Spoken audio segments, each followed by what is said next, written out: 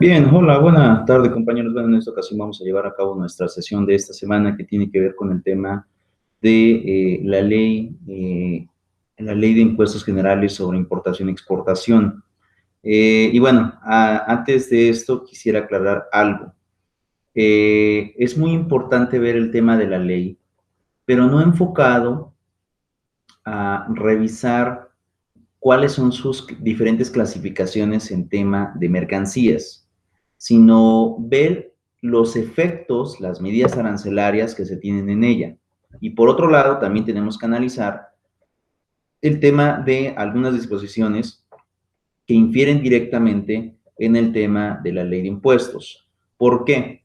Porque de alguna forma hay cierta facultad exclusiva para pues en realidad para el presidente de la República, en base al artículo 131, que estipula, entre otras cosas, que la ley de impuestos puede, de alguna forma o de alguna manera, puede modificarse durante el transcurso del año a petición del presidente. Y bueno, ustedes se preguntarán, ¿y por qué tiene esa facultad el presidente, lejos de que de alguna forma la Constitución se lo permita? Pues eso tiene que ver básicamente con la ley de ingresos de la Federación. Esto es básicamente el dinero que logra recaudar el Estado y tiene de forma específica de dónde va a obtener ese dinero. Sin embargo, en el tema de comercio internacional, se estipula en la ley de ingresos cuánto se va a traer en dinero del tema de importación y exportación. Y en dado caso de que el presidente pueda tener cierta incertidumbre del tema del ingreso, puede aumentar las tasas de interés en la cuestión de los ingresos de la federación para que, pues, obviamente tenga un mayor ingreso. Entonces, esto implica, de alguna forma, algo que va en contra de lo que hoy conocemos como libre mercado. ¿Y por qué lo digo así? Porque el libre mercado precisamente consiste en que no van a existir barreras comerciales. Y una barrera comercial precisamente tiene que ver con el tema del cobro de los impuestos. Entonces, si tú cobras un impuesto excesivo, es en realidad imponer una barrera comercial. ¿Por qué? Porque obviamente aquellos que pretendan vender su producto dentro de tu estado, dentro de tu nación, pues no lo van a hacer. ¿Y por qué no lo van a hacer? Porque hay un alto impuesto que se va a estar cobrando por llevar a cabo este tipo de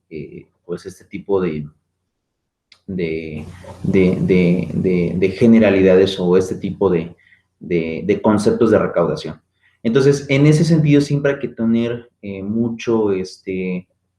pues mucho cuidado, porque lo que estamos viendo, entre otras cosas, es eh, que de alguna forma el Estado depende de los ingresos de los impuestos del comercio exterior para poder financiarse.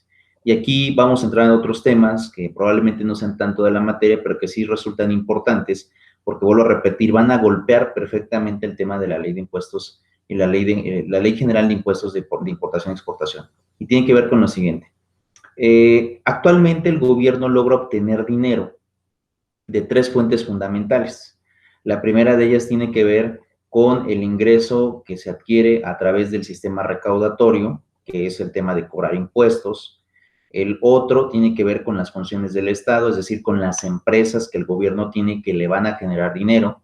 Y por otro lado es el tema de los empréstitos, que no es otra cosa más que deuda pública, pedir dinero prestado, pagar créditos en un tiempo posterior bastante prolongado. ¿Qué es lo que pasa en el caso de México y por qué al presidente se le da una facultad especial en el artículo 131 de la Constitución para poder modificar las tasas de interés en el tema de los impuestos? Pues tiene que ver con lo siguiente. Y aquí vean la posición tan compleja y tan problemática que tiene el país en estos momentos. Y versa sobre lo siguiente. Ponemos el primer paso. Uno, actualmente, las empresas que tiene el Estado que le generan dinero pues, son muy pocas. Y tenemos esta primera parte. Las más conocidas es Petróleos Mexicanos y el tema de Comisión Federal de Electricidad. Pero, ¿qué es lo que pasa con el tema de petróleos mexicanos? Pues bueno, ustedes ya se dieron cuenta que como el petróleo está en el orden especulativo dentro del libre comercio, pues no hay con exactitud un precio fijado, un precio establecido. Y este puede aumentar y puede disminuir. ¿Qué es lo que pasa? Pues que los ingresos del gobierno también pueden aumentar o pueden disminuir. Entonces, qué es lo que sucede? Como el gobierno en estos momentos ya no tiene un ingreso fijo del petróleo, porque a nivel internacional hay diferentes estándares, a veces cuesta $60 el barril y a veces cuesta, como lo vimos hace no mucho tiempo, menos 2 puntos porcentuales o 0 punto porcentual. Es decir, el petróleo no vale nada. ¿Y qué es lo que pasa? Pues bueno, pues el gobierno que tiene dinero en esa empresa invertido y que obviamente pretende recuperar algo de ese recurso, pues no lo está obteniendo cuando vienen estos fenómenos. Ahora, también aquí seré sincero, esto que acabamos de tener con el tema petrolero no es más que algo eh, relativamente efímero. ¿Y por qué lo digo así? Porque de alguna forma el precio bajó mucho, pero después o ahorita en estos momentos se está recuperando, es decir, otra vez está teniendo su posicionamiento dentro del mercado y su precio normal, ¿no?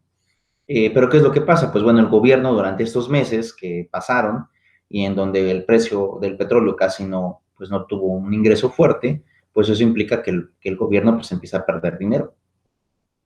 ¿Qué pasa con el tema de Comisión Federal de Electricidad? Pues bueno, Comisión Federal de Electricidad también actualmente no es autosuficiente. ¿Por qué? Porque depende de la compra de energía eléctrica de otros países, principalmente de Estados Unidos. ¿Y esto qué genera? Pues básicamente que el dinero que ingresa, pues se tenga que invertir en la compra de esa energía eléctrica. Entonces, en ese sentido, pues podremos decir que las dos grandes empresas del gobierno actualmente, bueno, no actualmente, sino en realidad de todos los sexenios, pero sobre todo después del año 2000, pues ya no es tan redituable, ¿no? Ya no hay tanta ganancia como a principios o a principios de la segunda mitad del siglo XX, es decir, los años 50, ¿no? Porque en realidad Comisión y Pemex se crean en 1938. Ya no hay esas ganancias, ahora las ganancias han ido disminuyendo. Entonces, ¿qué es lo que pasa? Pues bueno, el gobierno tiene que echar mano de otros mecanismos para poder ingresar dinero. Y entonces, ¿qué es lo que sucede? Dentro de esos mecanismos está también el tema de los empréstitos, es decir, pedir dinero internacional para que el gobierno pueda financiarse.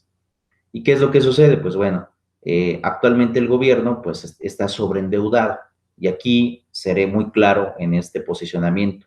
El endeudamiento público que en estos momentos tiene el país mexicano no ha sido creado con el gobierno del presidente Andrés Manuel López Obrador, ha sido creado con sexenios pasados. Y aquí diré algo muy importante eh, y tiene que ver con lo siguiente. No es lo mismo la deuda del Banco Mundial que la deuda del Fondo Monetario Internacional. Eso lo haré muy preciso. ¿Y por qué? Que a lo mejor ustedes han visto que en las notas periodísticas han manifestado que el actual presidente pues ya se endeudó con el Banco Mundial, ¿no? Es decir, ya tenemos más deuda. Pero no es equiparable. Y esa deuda del Banco Mundial en realidad sí es pagable, cosa muy distinta al tema del endeudamiento con el Fondo Monetario Internacional, porque ahí las tasas de interés son muy, pero muy altas. Y diré lo siguiente. Todos los gobiernos y todos los sexenios han generado, en realidad, dinero, ¿no? Han ingresado dinero al país a través de la deuda. Todos, ¿no? Todos. Ya sea a través de bancos internacionales, ya sea el tema de los organismos internacionales, como es el Banco Mundial o el Fondo Monetario Internacional, pero todos han generado deuda. ¿Cuál es la diferencia aquí? Pues bueno, la gran diferencia es que del gobierno de Peña a, yo creo que la época de López Portillo, que son esos tres sexenios, en realidad es Peña, Zedillo y López Portillo, de la Madrid, y sí, de la Madrid, estos cuatro presidentes han sobregirado el tema del endeudamiento público. ¿Por qué les digo sobregirado? Porque han excedido el tope o la capacidad de pago del propio Estado, del propio gobierno, para que se den una idea. ¿Qué es lo que pasó en el sexenio de López Portillo? Pues bueno, hubo un gran auge petrolero, en teoría ahí iba a venir el dinero para México, porque en aquellos años, que eran los años finales de los 70, principios de los 80, el petróleo estaba en su top, ¿no? Es decir, precios exorbitantes a nivel global, y se pensaba que en ese momento el presidente iba a tener pues muchas ganancias por ese tipo de mecanismos. En realidad, ¿qué fue lo que pasó? Pues bueno, ese dinero en exceso que hubo en aquellos años nunca se ocupó para, pues nunca se ocupó para mejorar la vida de los mexicanos, sino que se lo gastaron los políticos de aquella época. ¿Y qué es lo que sucede? Cuando ya quieren empezar a poner a trabajar a Pemex en aquel momento, pues ya no había dinero, ya se lo habían gastado. Entonces adquirieron una deuda. Aquella deuda fue equiparable a 100,000 millones de pesos. Digo, 100,000 millones de dólares, perdón. Estaba fijada en dólares. Y el gobierno que la otorgó fue el gobierno norteamericano. ¿Qué es lo que sucede? De la Madrid, presidente de la Madrid, le toca el temblor del 85, entre otras cosas, y bueno, López Portillo ya había dejado muy mal al peso mexicano y decide de alguna forma también pedir dinero al Fondo Monetario Internacional. Y viene la deuda al fondo. Y para que se den una idea, el Fondo Monetario Internacional establece tasas de interés a más del 15%, más del 12% anual, ¿no? Es decir, es una tasa de interés bastante alta.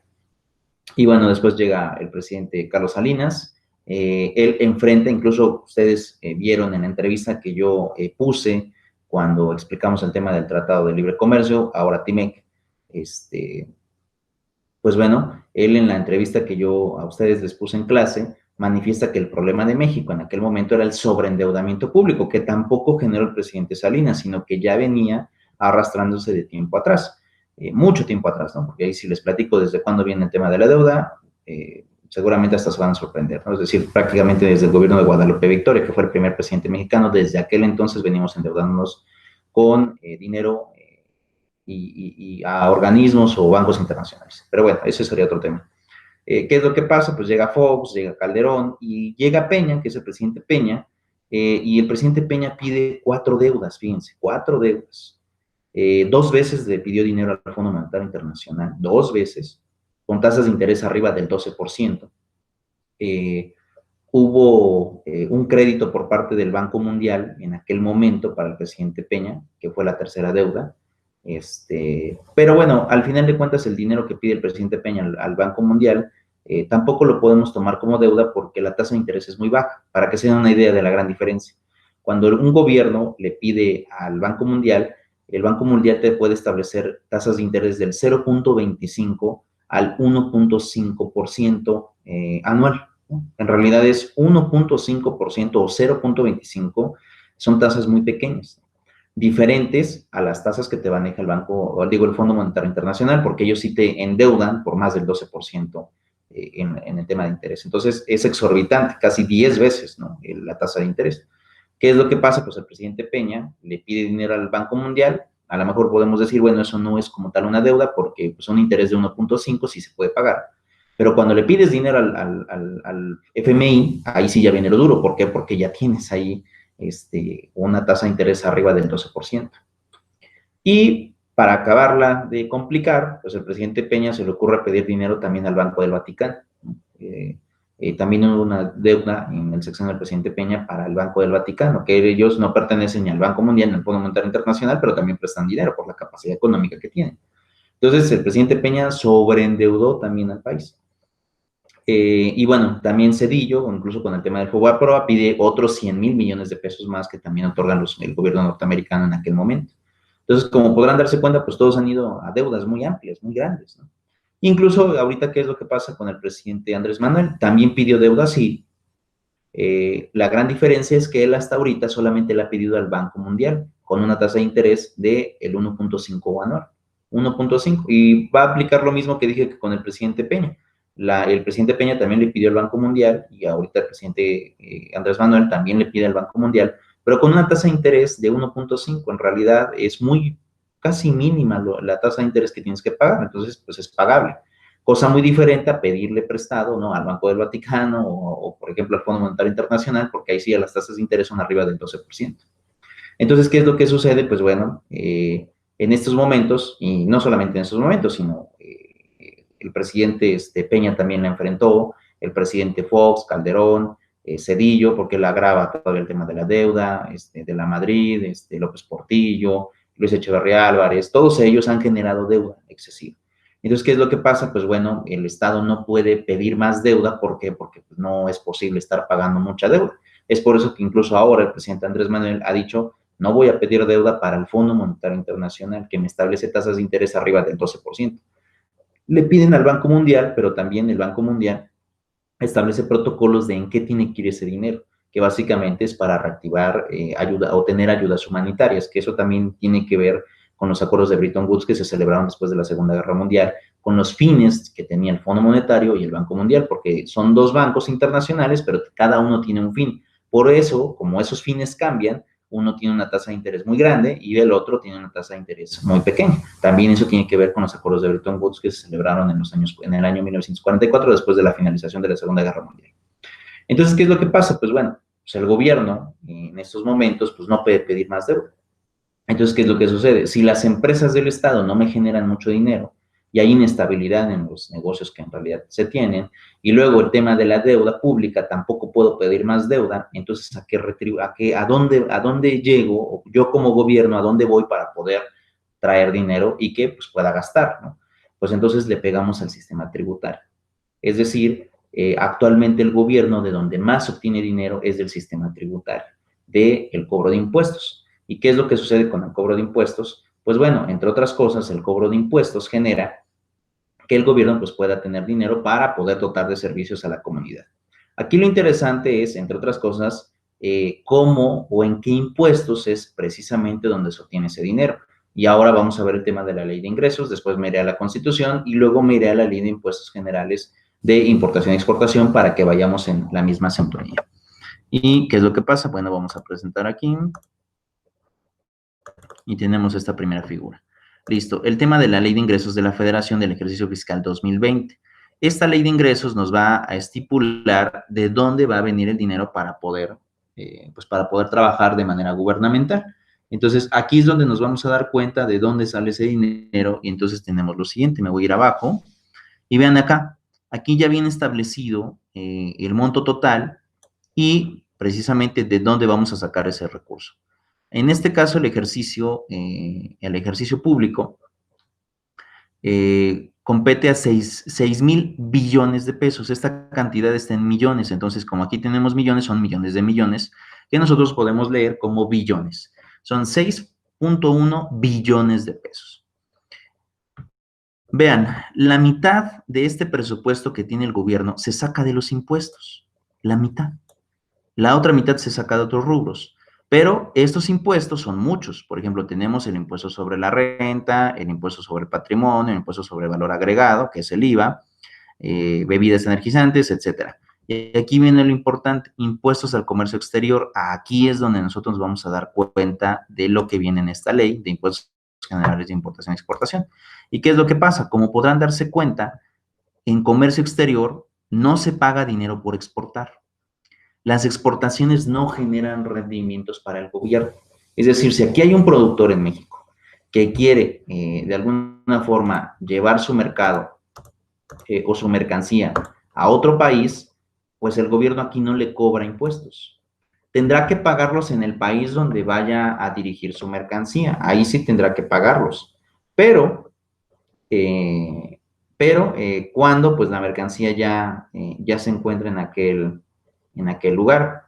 ¿Y qué es lo que sucede? Pues bueno, de importación sí se piensa obtener dinero, ¿no? Es decir, aquí lo que vamos a estar dándonos cuenta es que de la importación, pues sí vamos a tener un impuesto que pagar.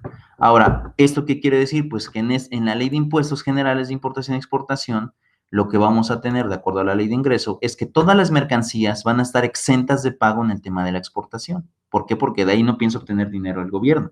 Pero en el caso de la importación, ahí sí los productos van a tener un cobro. Es más, vamos a revisarlo para que se puedan dar cuenta cómo es que funciona. Acá tenemos la ley de impuestos generales de importación y exportación.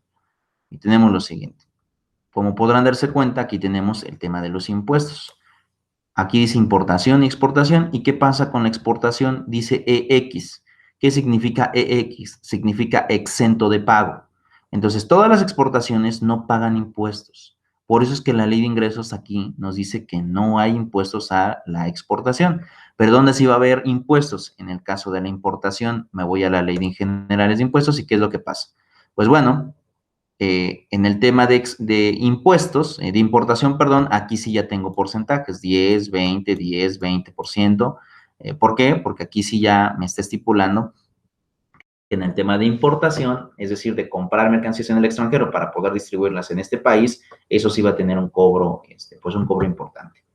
Entonces, vean esta parte de la ley de ingresos, pero para que se den cuenta que el presupuesto del gobierno depende, en realidad, del pago de impuestos, ¿no? Ya les expliqué el por qué, porque estamos sobreendeudados, que vuelvo a repetir, por deuda que este gobierno del presidente Andrés Manuel no ha generado, sino la han generado gobiernos pasados. Y bueno, ahorita el crédito que se le pidió al Banco Mundial, en realidad es una tasa de interés del 1.5 porcentual. Sin embargo, gobiernos pasados, yo ahorita les puse el ejemplo del presidente Peña, el presidente Peña pidió al Banco Mundial, pide al Fondo Monetario Internacional en 2 ocasiones y luego le pide al Banco del Vaticano. Entonces es una super deuda la que se logró generar en el gobierno del presidente Peña. Pero ¿qué es lo que pasa? Esta ley de ingresos lo que tiene es proyecto. ¿Qué significa proyecto? Que yo tengo de alguna forma un prospecto de dónde va a salir el dinero. Pero, ¿qué es lo que sucede? Como el gobierno actualmente depende del pago de impuestos, ¿qué es lo que pasa? Cuando los contribuyentes no pagan, por ejemplo, ya sean personas físicas como nosotros, o bien cuando sean empresas, ¿no? Y no pagan, pues este estimado que se pretende lograr, en realidad, pues no se obtiene. Entonces, ¿qué sucede en este caso? Pues bueno, para obtener el tema del dinero recaudado por la cuestión de impuestos, aquí viene la fracción del artículo 131. Si los impuestos no llegan a causar la recaudación de la cantidad que aquí en la ley de ingresos se estipula, el presidente puede elevar los impuestos que van concernientes al tema de comercio exterior. Y vamos a ver aquí lo siguiente del artículo 131. Dice, es facultad privativa de la federación gravar las mercancías. Gravar significa cobrar impuestos. Que se importen y que se exporten. O que pasen de tránsito por el territorio nacional, así como reglamentar en todo tiempo y aún prohibir por motivos de seguridad o de policía la circulación en el interior de la República de toda clase de efectos, cualquiera que sea su procedencia. El Ejecutivo podrá ser facultado por el Congreso de la Unión para aumentar, disminuir o suprimir las cuotas tarifarias de importación y exportación. Esa es la parte fundamental. Es decir, si el dinero que aquí en la ley ustedes se están dando cuenta que se piensa recaudar no se recauda y el gobierno necesita más dinero, el artículo 131 de la Constitución faculta al presidente de la Nación para poder aumentar o disminuir los impuestos, porque también pueden ser las dos cosas, ¿no? Puedo aumentar si de alguna forma pues veo que no junto de los otros impuestos lo que pensaba recaudar, pero también al mismo tiempo, si me doy cuenta que la necesidad mexicana pues es también que se invierta más, pues puedo bajar el tema de los impuestos y lo puedo disminuir. O en algunos casos, ya casos muy extremos, supongamos que se necesita mucha inversión y no podemos dejar de alguna forma que las empresas pues pierdan, entonces el gobierno puede suprimir el tema del pago, es decir, quitar ese tipo de impuestos para poder, pues para poder cobrarlos. Y eso también es otra forma de una facultad exclusiva que tiene en ese momento el presidente de la República. Entonces, ¿qué pasa? Como el presidente puede aumentar o disminuir, pues esta ley de ingresos en estos rubros puede modificarse cuando alguno no logra obtener el ingreso recaudado o el ingreso esperado. Entonces, allí es donde el presidente, de acuerdo al artículo 131, puede aumentar el tema de los impuestos. Pero no solamente que queda eso, dice, el Congreso, el Ejecutivo podrá ser facultado por el Congreso, es decir, no es solamente una decisión del presidente, necesita aprobación del Congreso para modificar esta ley de ingresos en el tema de los impuestos al comercio exterior. Y aquí algo importante, solamente funciona en el tema de impuestos de comercio exterior, que es importación-exportación. No es para todos los impuestos, solamente para los impuestos de importación y exportación, que básicamente es el tema del comercio internacional. Solamente en ese rubro se puede estar llevando a cabo el cobro pues de esta naturaleza. Entonces, siempre hay que tener mucho cuidado en ese sentido. Y luego tenemos lo siguiente, expedidas por el Congreso y para crear otras, así como para restringir y para prohibir las importaciones y las exportaciones y el tránsito de productos, artículos y efectos cuando lo estime urgente a fin de regular el comercio exterior, la economía del país, la estabilidad de la producción nacional o de realizar cualquier otro propósito. En beneficio del país, el propio Ejecutivo, al enviar al Congreso el presupuesto fiscal de cada año, que es el presupuesto, es decir, cómo lo vamos a obtener ese dinero, someterá a su aprobación el uso que hubiese hecho de la facultad concedida. Y bueno, aquí básicamente si es necesario, se puede modificar esta ley que ya nos dice específicamente de qué rubro se va a obtener el dinero. Y aquí tenemos el impuesto de comercio exterior. Ahora, el impuesto de comercio exterior tiene que ver con la ley regulatoria, ¿no? Que en este caso es este impuesto especial.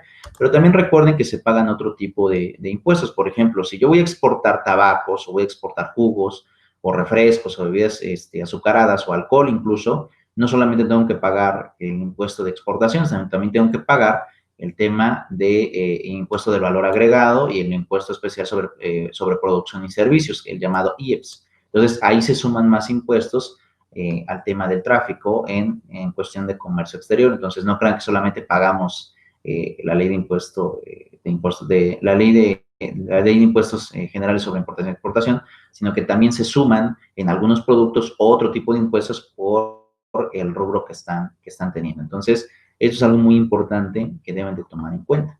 Ahora, ¿qué pasa aquí ya con el tema de la ley de impuestos de importación y exportación? Pues bueno, aquí la ley de impuestos de importación y exportación va a tener una descripción de la mercancía, el código, este código es el mismo a nivel internacional. Eso también es algo muy importante. A nivel internacional existe un sistema armonizado, es decir, un lenguaje internacional de todas las mercancías en base a códigos o nomenclaturas, que es realmente lo que tenemos aquí, 0101, 010110, y bueno, todas esas nomenclaturas tienden a eso, tienden a estipular todo este tipo de cuestiones para